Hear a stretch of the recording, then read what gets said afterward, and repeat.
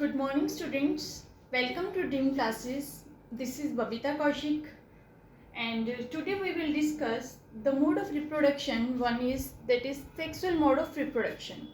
In our previous video, we discussed the asexual mode of reproduction and its features and its type. Clear, students? And as you know that there are basic difference. What is the basic difference between asexual and sexual mode of reproduction? Asexual mode of reproduction means a single parent able to produce new kind of offspring.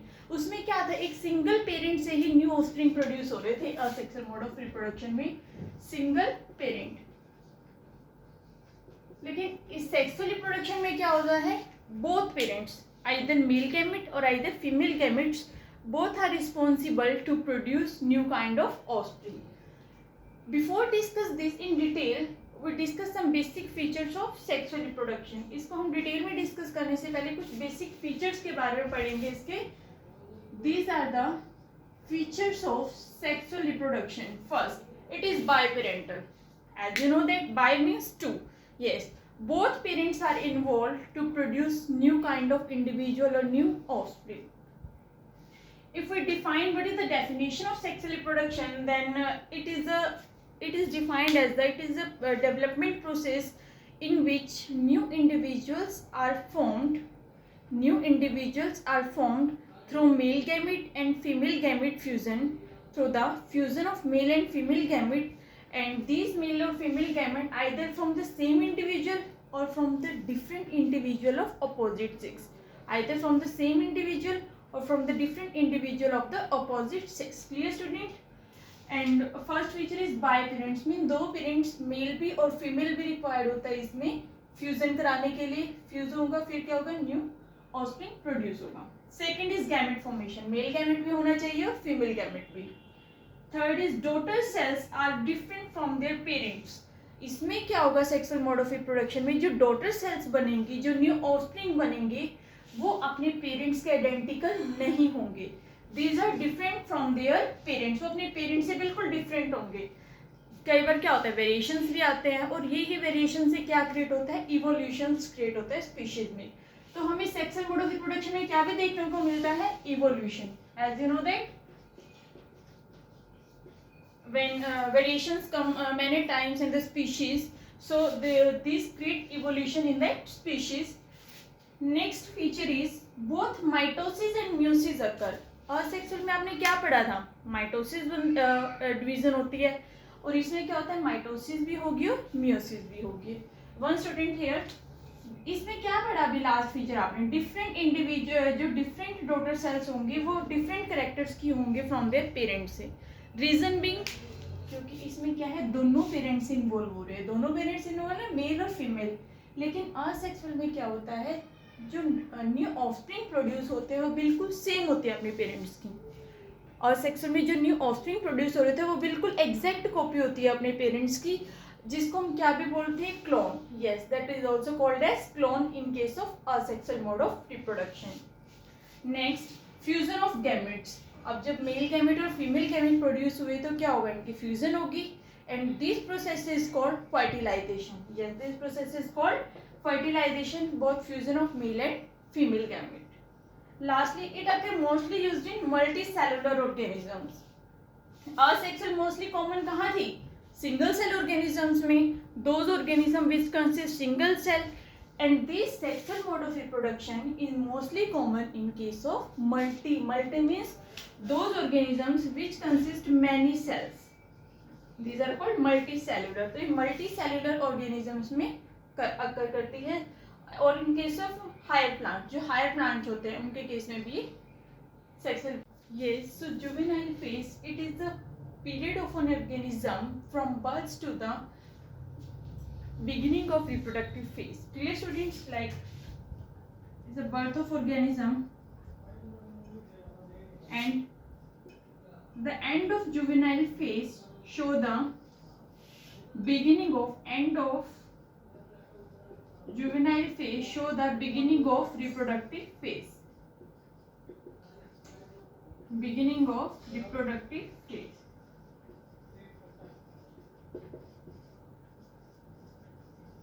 Clear? And beginning of reproductive phase, this is the beginning of reproductive phase, and the end of reproductive phase mark the end of reproductive phase mark the beginning of old age, mark the beginning of old age, and ultimately which leads to death of organism, and ultimately that cause death of organism. Clear students? So juvenile phase क्या होता है? 3 phases में होती है life cycle किसी भी organism की. First is juvenile, reproductive phase and senescent phase. Juvenile phase is that phase which occur from between birth to the beginning of reproductive phase. Clear? The beginning of reproductive phase mark the end of juvenile phase. जो starting होती है reproductive phase की, वो क्या mark करते हैं कि juvenile phase का तो वो end है. सेकेंड जो reproductive phase है, ये क्या कौन सा phase होता है? In this phase, an organism become capable to produce sexually. इसमें ऑर्गेनिज्म कैपेबल होता है सेक्सुअली रिप्रोड्यूस करने के लिए. क्लियर? और जब एंड हो जाता है रिप्रोडक्टिव फेज का, then it leads towards old age. ये किसकी तरफ जाता है? ओल्ड एज की तरफ. ओल्ड एज में क्या होता है? मेटाबॉलिज्म स्लो हो जाता है बॉडी का, जिससे डाइजेशन प्रॉब्लम होती है और हेल्थ रिलेटेड डिसीज हो जाती है. वो क्या हो जाता है? Old age ultimately leads to death. Clear student? So these are the 3 phases of life cycle of an organism: juvenile, reproductive and senescent phase. And these phases are different in different organism. ये variable होते हैं, very करते हैं अलग अलग organisms में. किसी में कुछ ज़्यादा टाइम पीरियड के रहते हैं जुवेनाइल फेज, किसी में कम टाइम पीरियड के रहते हैं. क्लियर? जैसे रिप्रोडक्टिव फेज है, एनिमल्स में ज़्यादा टाइम के लिए नहीं रहता, कम टाइम तक रहता है, लेकिन कुछ प्लांट्स में भी ज़्यादा टाइम तक रहता है. Similarly in case of human being में भी वेरी करता है. Clear students? So now after that we discuss firstly juvenile phase. पता चल गया आपको, ये वेरी करता है डिफरेंट ऑर्गेनिजम्स में. Now we discuss reproductive phase. अब हम बात करेंगे रिप्रोडक्टिव फेज की. This reproductive phase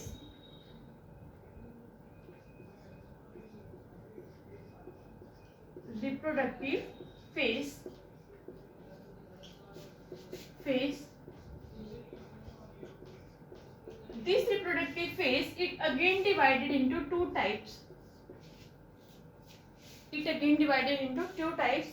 One is mesenteric cycle. 2 parts consist करता है. एक में क्या है? मेसेंटेरिक साइकिल, और एक में हम डिस्कस करेंगे ओस्ट्रस साइकिल. ओस्ट्रस साइकिल बेसिक डिफरेंस क्या होता है मेसेंटेरिक साइकिल में, ओस्ट्रस साइकिल में? जो मेसेंटेरिक साइकिल है ये किसके अंदर अकर करती है? प्राइमेट्स में. It occur in primates. और जो ओस्ट्रस साइकिल होती है ये अकर करती है इन नॉन प्राइमेट्स में.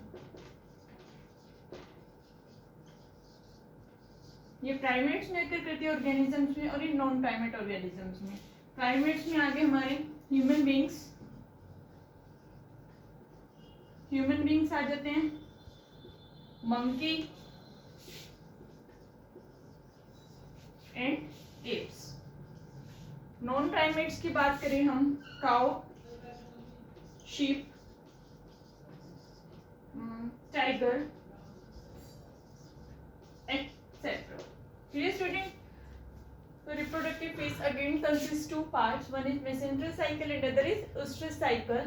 Mesenteric cycle occur in primates, whereas ostrus cycle occur in non-primates.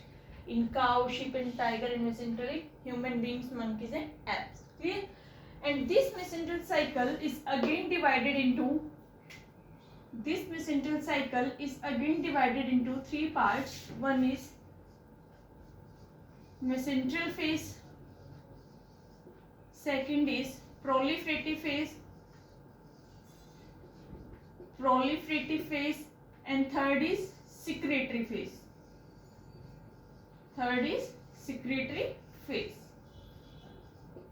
This mesenteric cycle again divided into 3 parts. One is mesenteric phase, proliferative phase and secretory phase. This secretory phase is also called as luteal phase. Luteal face, इसको हम क्या भी बोलते हैं, luteal face भी बोलते हैं, because it also haves in secretions. Menstrual phase, menstrual phase में क्या होता है, एंडोमेट्रियम, आपको पता है it play a very mandatory role in the life cycle of female, and it also helps in the pregnancy as well as in the cycle of mesenteration. In this mesenteric phase, when the endometrium is prepared and it not able to take the egg, जब ये egg uterus में नहीं जाता, मतलब pregnancy नहीं हुई, तो endometrium की वॉल क्या होती है, ब्रेक हो जाती है, ठीक है। The endometrium is the outer wall of the uterus, it is the wall of uterus which play further role in pregnancy. और जब प्रेगनेंसी कंसीव ही नहीं हुई फीमेल्स में, तो इसमें क्या होता है, एंडोमेट्रियम की वॉल ब्रेक हो जाती है। अब जब एंडोमेट्रियम की वॉल ब्रेक होगी तो उससे क्या होता है, ब्लड फ्लो करता है और ये फ्यू डेज तक रहती है। Clear. Proliferative phase, proliferative, proliferate मतलब डिवीजन होना, क्या होना, डिवीजन। इसमें क्या होता है, एस्ट्रोजन हार्मोन सिक्रेट होता है और वो एस्ट्रोजन हार्मोन क्या करता है, फर्दर जो ह्यूमन की मेसेंजर साइकिल है उसको मेंटेन रखता है। Clear student. तो इसका मेन फंक्शन होता है, it divides the cells and also helps in the secretion of corpus luteum which helps in the pregnancy and in the messenger cycle. Third is secretory phase, secretory phase is also called as luteal phase. It activate the pituitary gland to secrete corpus luteum, ये क्या करता है, activate करता है pituitary gland को corpus luteum hormone secrete करने के लिए। और फिर कॉर्पस ल्यूटियम क्या करेगा, कॉर्पस ल्यूटियम को एक्टिवेट करेगा, जो क्या सिक्रेट करेगी, प्रोजेस्टेरोन हार्मोन। क्या सिक्रेट करेगी, प्रोजेस्टेरोन हार्मोन सिक्रेट करेगा। Clear students. तो this menstrual cycle consist 3 part, menstrual phase, proliferative phase and secretory face.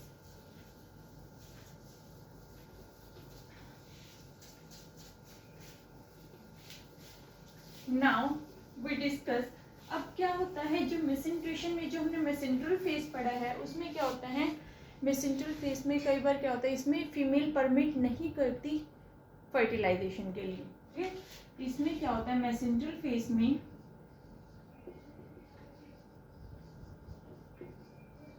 अगर जो मेसेंट्रल फेस की बात करें तो इसमें फर्टिलाइजेशन नहीं होती, नो फर्टिलाइजेशन, नो फर्टिलाइजेशन अकर, क्योंकि इसमें फीमेल परमिट नहीं करती for female doesn't permit for copulation. अब उस्ट्रस साइकिल में क्या होता है, यस दिस इज उस्ट्रस साइकिल। इसमें क्या होता है, इसमें कितना था ना हमारा, ये मेसेंट्रेशन अकर फ्यू डेज, इसमें जो होता है टाइम पीरियड कम होता है, लाइक काउ में अगर जो हम बात करें 12 to 24 आवर्स तक का होता है, 12 to 24 आवर्स तक का इसमें मेसेंट्रेशन अकर होता है, ओस्ट्रस साइकिल का फेस चलता है।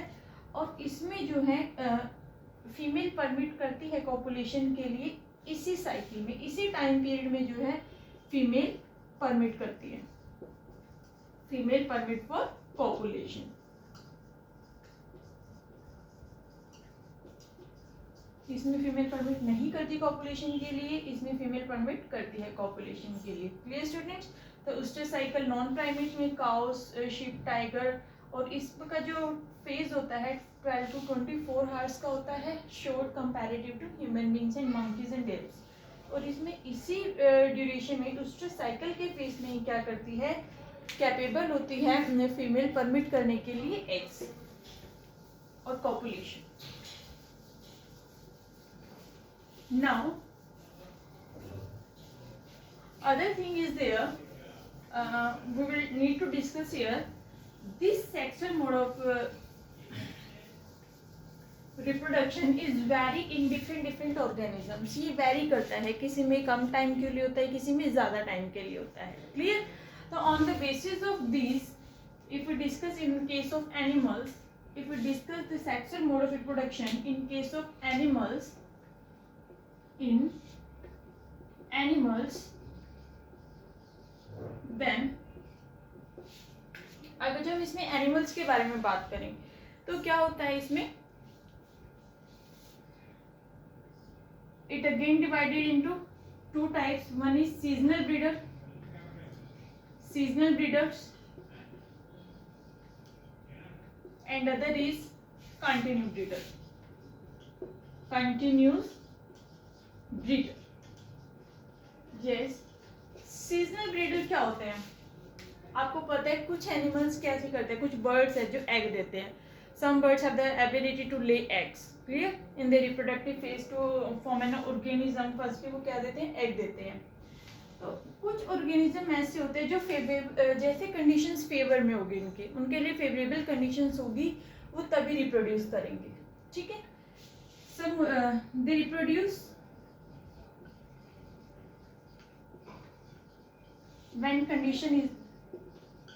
when favorable conditions are present. They reproduce when favorable conditions are present. जब conditions कैसी होगी? favorable condition होगी. when favorable conditions are present तब वो reproduce करेंगे. continue breeders में क्या होता है? they reproduce continue. they reproduce continue. ये कंटिन्यू रिप्रोड्यूस करते रहते हैं. कोई सीजन्स के ऊपर ये सीजन के ऊपर नहीं डिपेंड रहते कि कंडीशंस फेवर होंगी, कंटिन्यू ब्रीड करते हैं. ठीक है? मोस्टली जो कंटिन्यू ब्रीडिंग होती है ये नेचुरली नहीं होती. ये जो मार्केट में ह्यूमन बींग्स क्या करते हैं, इसको कमर्शियल पर्पस के लिए यूज़ करते हैं.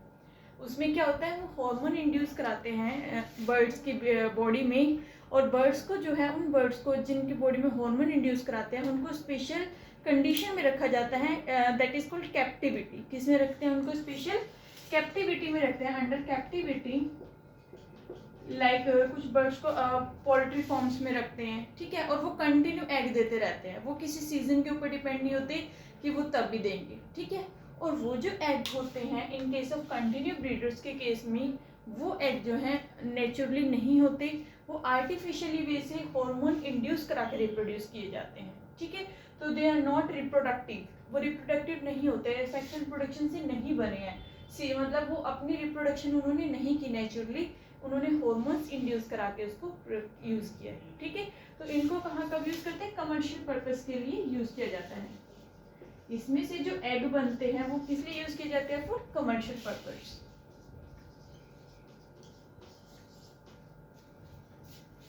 Seasonal breeder, when the conditions are in the favor of organism, then they able to produce sexually. Clear? And it continue reproduce in this. क्या करते हैं? Hormone induced in the body of the bird or the organism, then they able to produce egg continue. Clear? So now,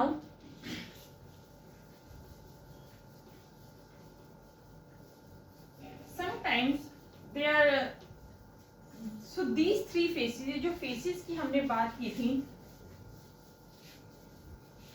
which phase? Yes, juvenile phase, reproductive phase and old age, all are interact with each other. reproductive phase में juvenile में क्या हुआ था? Birth के बीच और birth से लेके जो reproductive phase की स्टार्टिंग थी वहाँ तक था juvenile. और reproductive phase में it is the starting of reproductive up to the beginning of old age. जब तक old age शुरुआत नहीं होती तब तक क्या होता है? reproductive phase. अब ओल्ड एज में और रिप्रोडक्टिव फेज में क्या होगा? रिप्रोड्यूस करेंगे. हर ऑर्गेनिज्म पे कैपेबिलिटी होती है टू रिप्रोड्यूस सेक्सुअली. तो वो रिप्रोडक्टिव फेज में ही क्या हो जाते हैं? प्रॉपर ग्रोथ हो जाती है, मैच्योर हो गया वो, now they are able to produce sexually. Clear? अब रिप्रोडक्टिव फेज में ही वो कैपेबल होते हैं सेक्सुअली प्रोड्यूस कराने के लिए. थर्ड इज जो ओल्ड एज थी, जुवेनाइल ओल्ड एज में क्या होता है? हर एक ऑर्गेनिजम्स की बॉडी का मेटाबॉलिज्म स्लो हो जाता है. वेरियस टाइप चेंजेस अकर करते हैं उनकी बॉडी में, काफ़ी चेंजेस आ जाते हैं, हार्मोन्स चेंजेस हो जाते हैं, राइज फॉल शुरू हो जाता है होना हार्मोन्स का. ठीक है? बेसिकली उसमें डीजनरेशन होनी शुरू हो जाती है बॉडी पार्ट्स की. ठीक है? और डीजनरेशन होने से क्या हो गया? कुछ पार्ट्स नॉन फंक्शनल भी हो जाते हैं, जिससे क्या होता है? वो कहाँ किसकी तरफ ले जा रही है उनको, उनकी बॉडी को? Ultimately leads towards death. Clear? तो ओल्ड एज मीन्स क्या होता है? It starting degeneration of body parts, non functional हो जाना, मेटाबॉलिज्म स्लो हो जाना, which cause death of organism. Clear? ये तो हमने बात की थी एनिमल्स के केस में. और ये जो कई बार हमारे जो हॉर्मोन्स है, ये रिप्रोडक्शन किसके ऊपर डिपेंड करती है? जब इंटरेक्शन होती है ऑर्गेनिजम्स के हॉर्मोन्स की टू द एक्सटर्नल एनवायरनमेंट. ठीक है? ऑर्गेनिज्म कब रिप्रोड्यूस करेगा? नेचुरली जब कंडीशन फेवर में होगी, ऑर्गेनिज्म रिप्रोड्यूस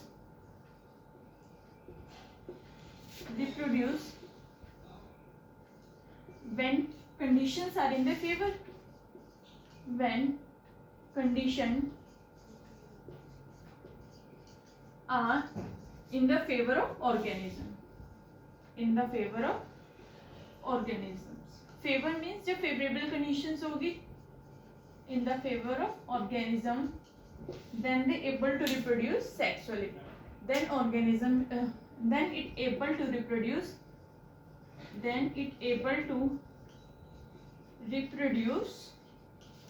sexually, और इसी को हम क्या बोलते हैं, natural method of reproduction. It is the natural method of reproduction. Now ये क्या था, अभी एनिमल्स के केस में हमने डिस्कस किया था. Now we discuss in case of plants. Plants के केस में हम सेक्सुअल मोड ऑफ रिप्रोडक्शन को डिस्कस करेंगे. In case of plant this is also called as vegetative phase. क्या भी बोलते हैं हम इसको, वेजिटेटिव भी बोलते हैं प्लांट्स के केस में सेक्सुअल मोड ऑफ रिप्रोडक्शन को. प्लांट्स के केस में क्या होता है, यस प्लांट्स के केस में कुछ प्लांट्स होते हैं, आपने देखे होंगे एनुअली ग्रो करते हैं. साल में एक बार उनके ऊपर फूल आते हैं, फ्लावर्स. ठीक है, flower is the reproductive part of plant. Second, कुछ हमने देखिए बाइनियल होते हैं जो एवरी 2 years में उनके पास फ्लावर आते हैं. Some are perennial. Perennial means more than 2 years. They take more than 2 years to show their flowers in their lifetime. Clear?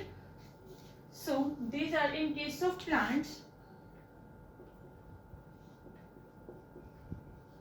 In case of plants, some are annual,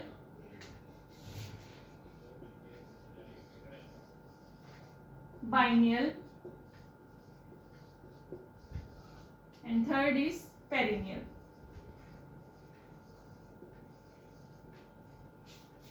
Annual show flowers once in a year, जो साल में एक बार show कर रहे हैं flowers. इन 2 years, ये कब show करते हैं flowers, in 2 years. And these more than 2 years, more than 2 years, जो 2 से ज्यादा साल में फ्लावर शो करते हैं. ठीक है, अब इसमें कुछ अनयूजुअल फिनोमेना ऑकर करते हैं. किसके केस में, कुछ पेरिनियल स्पीशीज के केस में प्लांट्स की अनयूजुअल फिनोमेना ऑकर करते हैं. There are some unusual phenomena. Like here we discuss 2 type of plants. One is bamboo species. Bamboo species.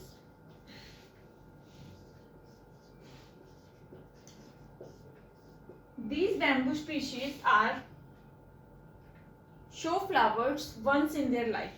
ये अपने लाइफ में एक ही बार फ्लावर शो करते हैं bamboo species. Clear?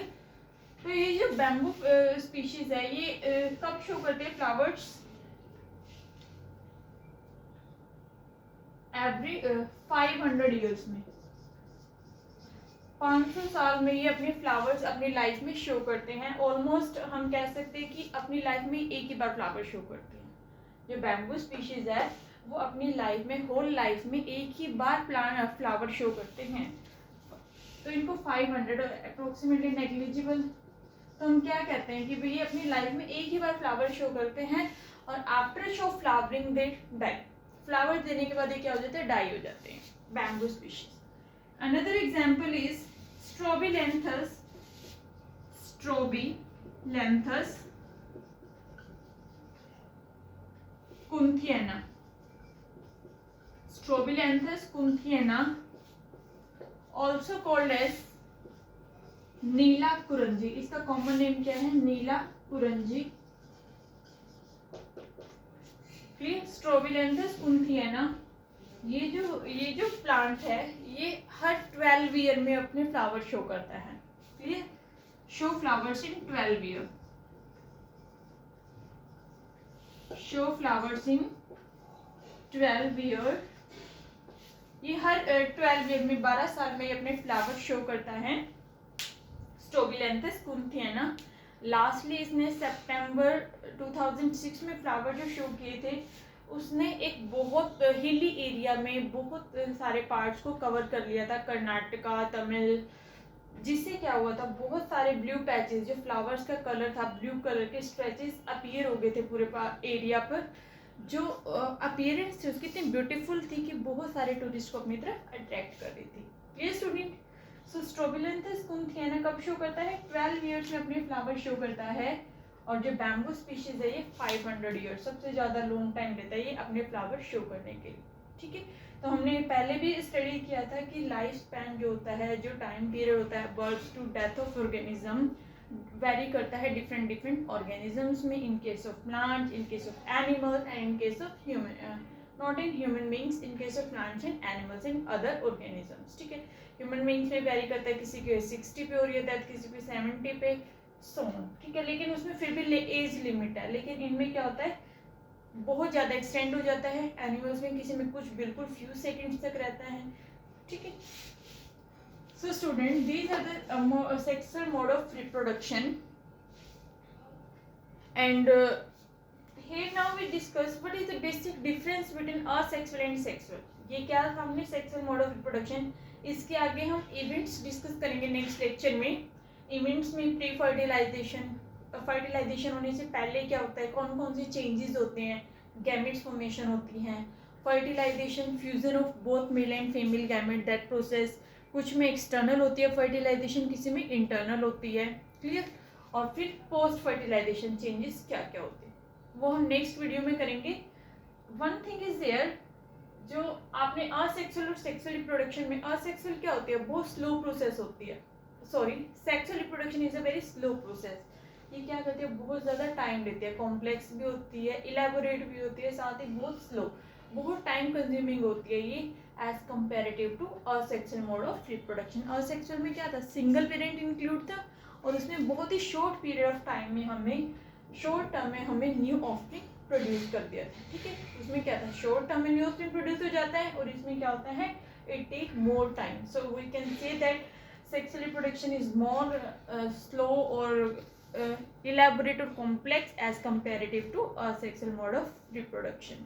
Okay students, so in next video we will discuss the other events and some important definitions of this chapter which we read in pre and post fertilization events.